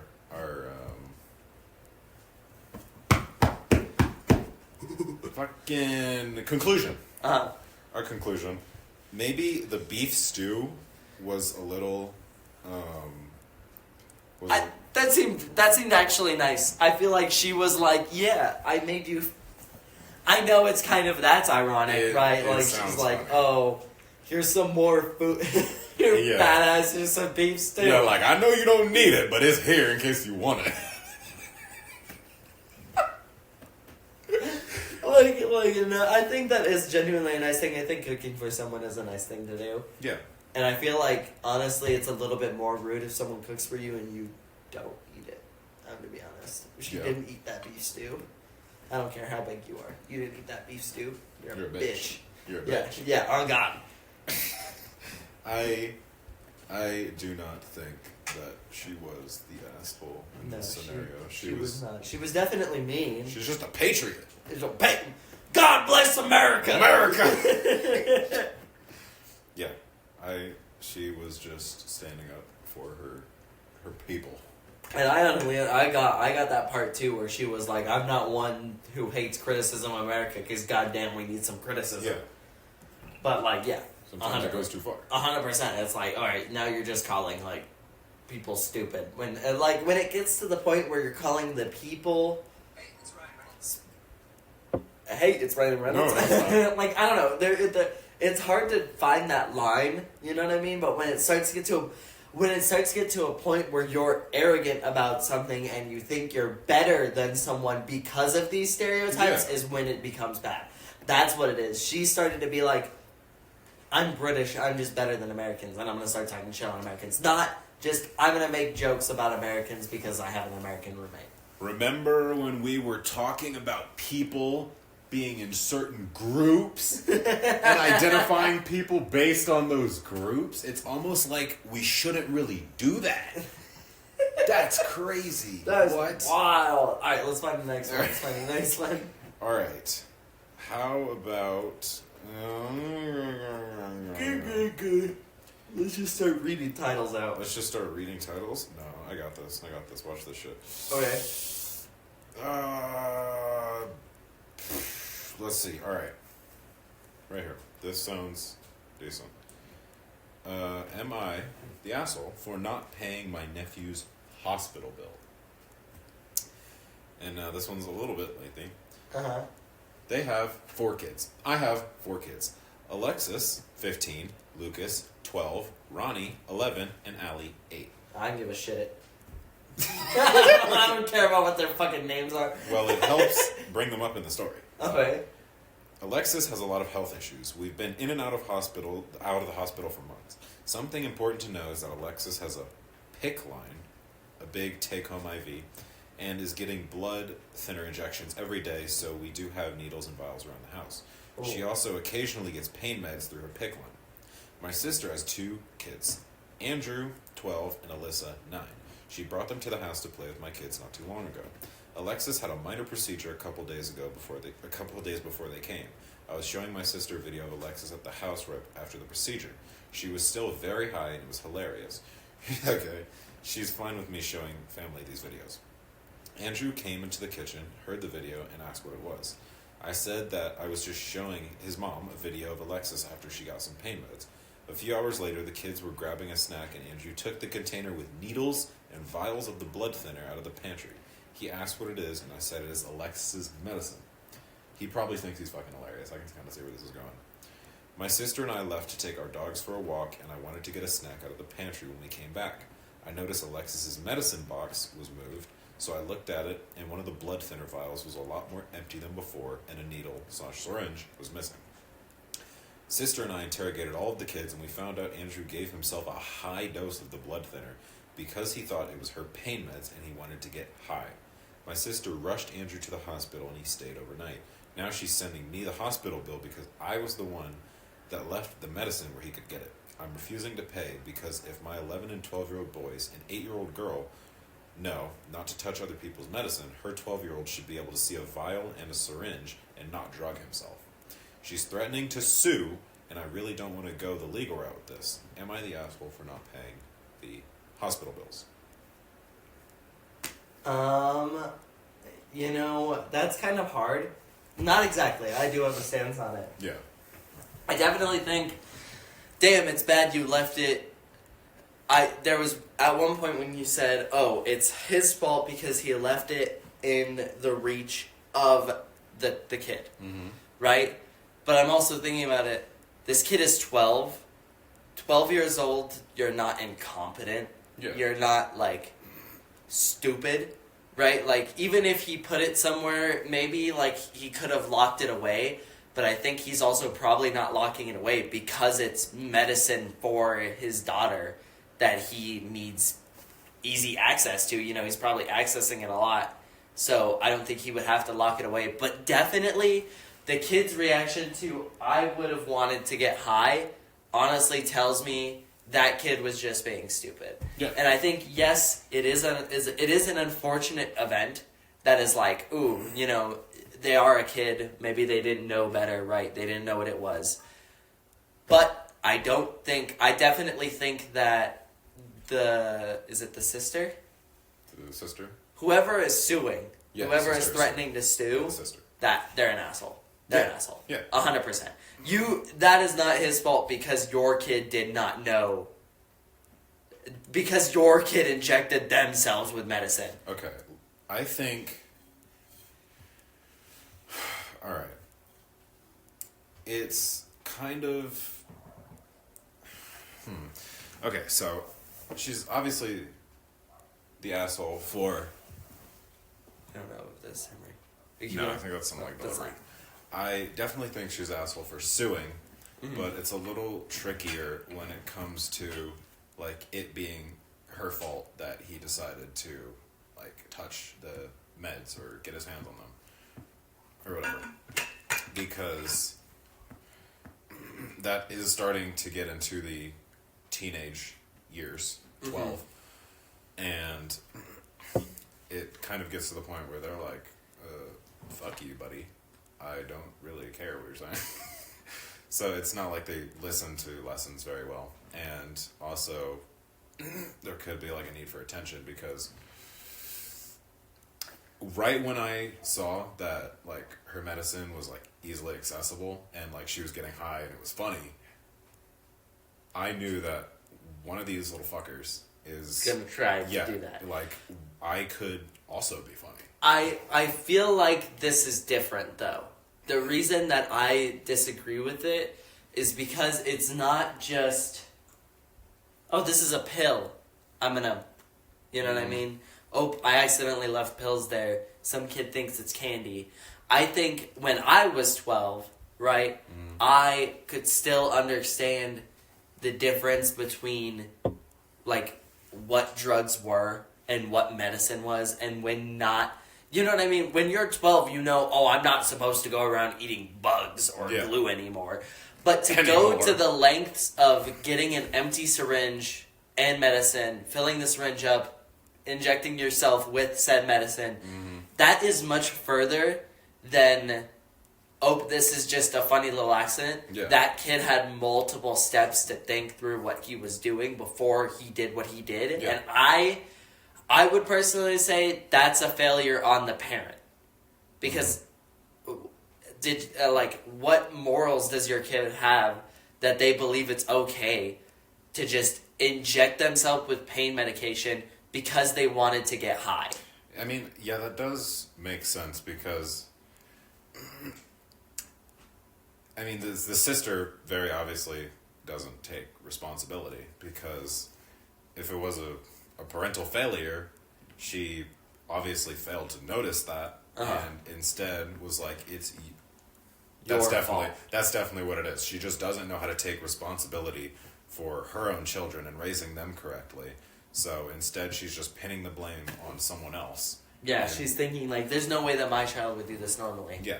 So it has to be his fault. Exactly. But I think when you break it down, like, it would be a little bit more easy to debate if it was, these are pills, right? You left the pills out. Pills are very easy to take. A syringe and a bottle of fluid is not easy to take, especially as a kid when you have to stab yourself with something. Like, even if it was like, it's going to be pain meds, I'm going to be, this is going to be funny. Like, I don't know. I don't think any kid would be going through that length. I think that kid was probably exposed to some other things and was like, being high is cool. I want to be high. So I'm going to go be high. And, I don't know, away from that, back to, like, the posters side of it, like, it does make sense for the medicine to be accessible, obviously, because, like, that's something your child kind of is depending on. And, yeah, it's kind of tough, I mean, having your own children to also account for the children of others. And I guess you kind of do have to take precautions in that sense, but maybe there was like the assumption that, I trust my sister, hopefully she's, a decent parent, but she kind of, I'm not sure what they are, they kind of thought they could just, you know, kind of just trust the fact that the children aren't like fucking primates. Especially 12 years Yeah. old. I would say the fact that being 12 years old, like my youngest brother is 13, like I don't think he would do something that stupid. Mm-hmm. Like unless he had the intent to be like, oh, I want to be high because that would be cool. Like Yeah. you're in middle school at that point, you're at least 7th grade. Mm-hmm. Like you have intent, right? Yeah, instead of like a 4-year-old who's like, what the fuck is going on? It just sees that shit. And it's not, I don't think it would be either something as well. Like, I feel like some people could argue as well. Maybe he was feeling left out and he also wanted to be the center of the tension and be funny. Yeah. But he, like, while they were gone, that's when he decided to go and do it. Mm-hmm. Like, if it was a kid looking for attention, they'd want an audience. Yeah. And especially the audience of the people who were laughing, which was the parents. I don't think that he had an intent for hiding, and also he would have said something about it because it wasn't until they interrogated the kids like, where is this? Like, this is dangerous. It probably wasn't until they said, this is not pain meds, this is blood thinner, you could die. Mm-hmm. Right? It wasn't until that came out that the kid was like, I was doing it to try to get high. He was trying to hide it until the fact came out that he was in danger, I think. So I think that's why it puts it as your kid is in the wrong and you as a parent. I guess I couldn't exactly say they are a parental failure, but I think it is a parental failure to hold it against your own sibling, honestly. Because it wasn't like, I guess the other thing too, both of them left the house. Yeah. They both willingly left kids unattended, right? Mm-hmm. Which I don't think, again, makes that person accountable because they also had decided, I'm going to leave my kids with... They made the mental choice, I'm going to leave my kids without any supervision. Because then at that point, they both felt like they could trust their kids. Yeah. Which at that point, it was not... If the person who was writing the story, if they were left with the kids to watch the kids, and then the kid got a hold of the medicine and injected himself, then yes, that is their fault because they were not watching the kids well. Mm-hmm. But if they both leave, I feel like that becomes you made the decision that you could trust your kids by themselves. The one parent was like, I know for sure I can trust my 3 kids by themselves, but your two kids, one of them couldn't be trusted by themselves. Yeah. Which I think that skews it a little bit. Definitely. I think that, I mean, even if one of them was there, that it's not like that's 5 kids to keep an eye on. It's, you good? Yeah. Okay. There are 5 kids to keep an eye on, and, like, it's kind of like, let's say you're babysitting. I don't know, like 3 kids, for example. Uh-huh. You feel like you have to keep more of your attention on the younger ones. Uh-huh. You feel like you're able to trust the older ones to not do absolutely horrendously stupid shit. So you can put more of your focus on keeping the younger ones who you expect to do horrendously stupid shit from doing horrendously stupid shit. I think that's the objective fact, is the 12-year-old did something that was horrendously fucking stupid. Yeah. Yeah, that, like, you're dumb. Yeah. You're dumb. Honestly, you know what? Fuck that 12-year-old kid. Exactly. I hate that kid. Exactly. I'll hate that kid until the day I die. If you're listening to this kid, you're dumb. Fuck you. Fuck you. You fucking moron. Ruining lives. Ruining your own life. You should have died. No, okay. Do we want to do another one? Oh, well, how long is this? What is our conclusion? Oh, on that? Oh, yeah, that person's not the asshole. I don't think that person's the asshole. They are not. No, the sister is just not very good at taking responsibility as a parent. Yes. Yes, exactly. I don't think they don't become the other person as the asshole because they're asking for money. The only time where it makes sense for you to not be entirely responsible as a parent is if something happens to them that was not like something that they were doing, or maybe it could have been something they were doing. I don't know. But if they're left in the care of someone that's supposed to be paying attention to them, like if something happens at school or like a babysitter, yeah, and that person is responsible. Yeah, then that person who's supposed to be like watching over your child, they are responsible for what happens to them. And I guess also if it was something like maybe they weren't able to pay the bill, right? Just ask, hey, do you think you can help me? Right? That's different than just being like, you need to pay this because this happened. Yeah, and like even threatening legal action. Yeah, now you're just looking for money. It's you even like your sister? Probably not. All right, we want to do another one. We want to try to find another quick one, another quick one? Funny one. All right, I guess it doesn't have to be too quick. We still have like 20 minutes, honestly, bro.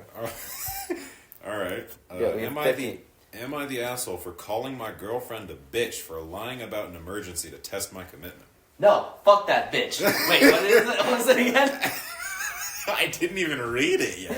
Sorry, what was the name? What was the title again? I wasn't paying attention. Am I the asshole for calling my girlfriend a bitch for lying about an emergency to test my commitment? Ooh. My girlfriend, 29 female, Andrea, and I, 29 male, have been together for a few months now. Everything had gone smoothly until yesterday when she pulled a ridiculous stunt. She called me late at night to say she's seriously injured, having panic attacks, and that no one else is with her as her parents are out, which was true. They were out. She said that she's also got some chest pain and she thinks that she's dying and that she's in a really bad state and can hardly breathe. She was heaving while she spoke. She begged me to help her, said that she's already called 911, but she also wanted me to let me know, and I was shocked. I took my car to rush to her house, and it was only after reaching that I found out that she was joking about it. She met me joyfully and said that she only wanted to see how committed I am during an emergency, as that's an essential part of a relationship or something. I lost my temper and asked her what the fuck her problem was. She said that she was just testing me, and I got pissed off. I called her a fucking bitch and told her that I did not deserve to be treated like trash and made use of like that. She was crying by saying that she only wanted to check whether I'm a good fit and that I overreacted. I left the house immediately and haven't talked to her since. She's been texting me, but I just ignored her. Am I the asshole? Fuck you, you fucking bitch. Yeah. That's a funny ass way to read that. Oh my god. Oh my fucking god. Okay, so to break it down, she was like, I'm gonna test this commitment.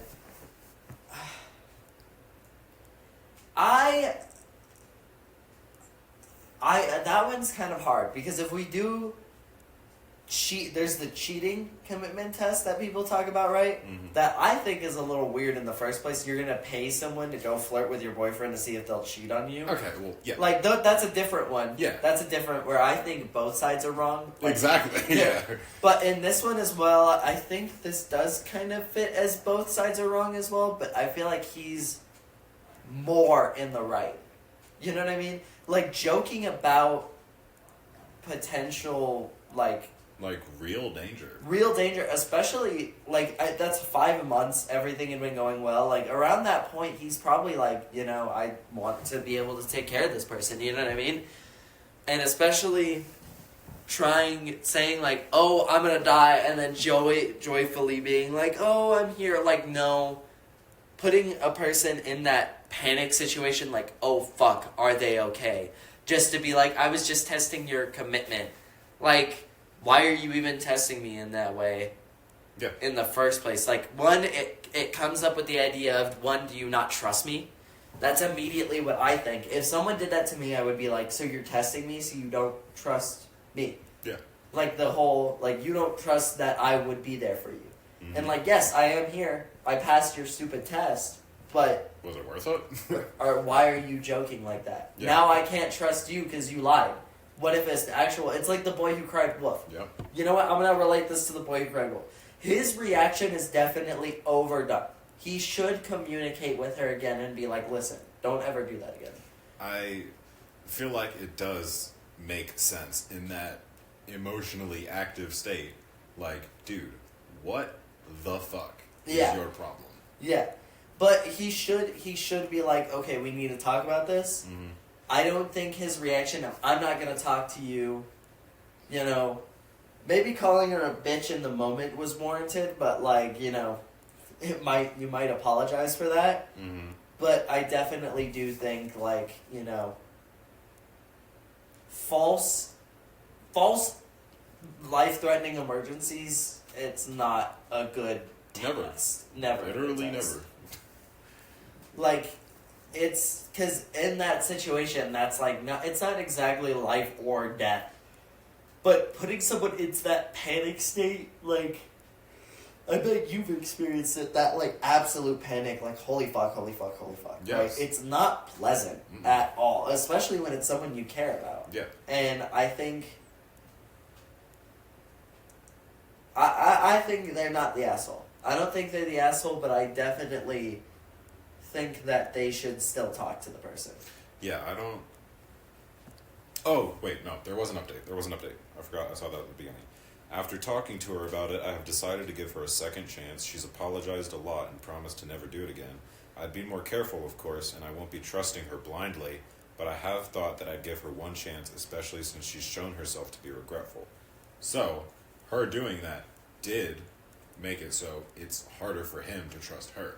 Yeah, and that's just objective fact. If someone, it's like the idea of, if someone actively lies to you about doing something and then later they tell you, okay, I lied, immediately, even if before you trusted that person fully, and even if after they were like, this is the one time I've done that, I'm sorry, I won't ever do it again, you immediately lose trust. Yeah. Because it's like, you lied once before, how do I know you're not going to lie again? Yeah. And that is the biggest thing. It's like, even that alone, they're not afraid to lie. I feel like lying nowadays is kind of underwhelmed. Like, lying should be taken a little bit more seriously. I don't think it's a good thing, because people are like, oh, white lies to protect someone's feelings. And that does come into play. Sometimes. But that's different from lying completely. Especially, I don't even like it when someone does it to, I was lying to protect your feelings. Like, it kind of just... who are you to warrant what I can feel? It's like, it's kind of being, like, convinced that you aren't strong enough as a person to handle... In every sense, it's insulting, I think. Yeah. It is. Because it's like, first you didn't tell me. I trusted you before. You didn't tell me. You actively lied to me. And you're doing it because you thought I wasn't strong enough for something. Or, like, the idea as well as, like, maybe you're lying because you didn't want to hurt my feelings, or are you using that as an excuse because you're lying because you didn't want me to be angry at you? Yeah. That's what that is. It's like, yeah, it might be something bad, but if that's what you're thinking, then I don't know. I don't like lying in general. I used to lie a lot. I don't lie. No. Yeah, it's just, in this situation, it's a trust issue. And the trust issues are coming from her. And I do not think that this fella in this certain scenario is the asshole. This fellow, yes. He might have overreacted by calling her a fucking bitch, but it was funny. It was to read it. Probably not to hear it, though. It would have been funny if I was there. Dude, you're telling me that wouldn't be funny? Oh, fuck, they're gonna die. And we go over, and I just hear my friend. You right, bitch. You fucking bitch. Do you know how much gas costs? You fucking hoe. I called 911 here too. The ambulance are probably on the way. You know how much an ambulance ride costs, bitch? I ain't paying for that shit. You know how much moonshine I'm gonna have to sell? Oh my god. Oh my god. You know what? Fuck you. And then just leave. Yeah, exactly. And then drive the 45 minutes back to your house. So 45 minutes in your F-150 pickup truck. Bitch, I swear to God, if I see your brother Jerry pull up to my house, I'm gonna call the police. I don't want to hear nothing from you, bitch. Don't call my landline. Don't call I already told my mama to not answer the phone. all of my brothers. They're not gonna listen to you either. Fuck you. Fuck you. That is her fault entirely. Your mom, who's my aunt. You're, huh? Hold on. Hold on. This, I already told mama to ground you for doing that shit to me. dude, yo. Okay, alright, nigga. Alright. Yeah, alright. We've been going for 1 hour and a lot of minutes. In a lot of minutes? Yeah. Holy fuck. Yeah, that's like... Oh my fucking god.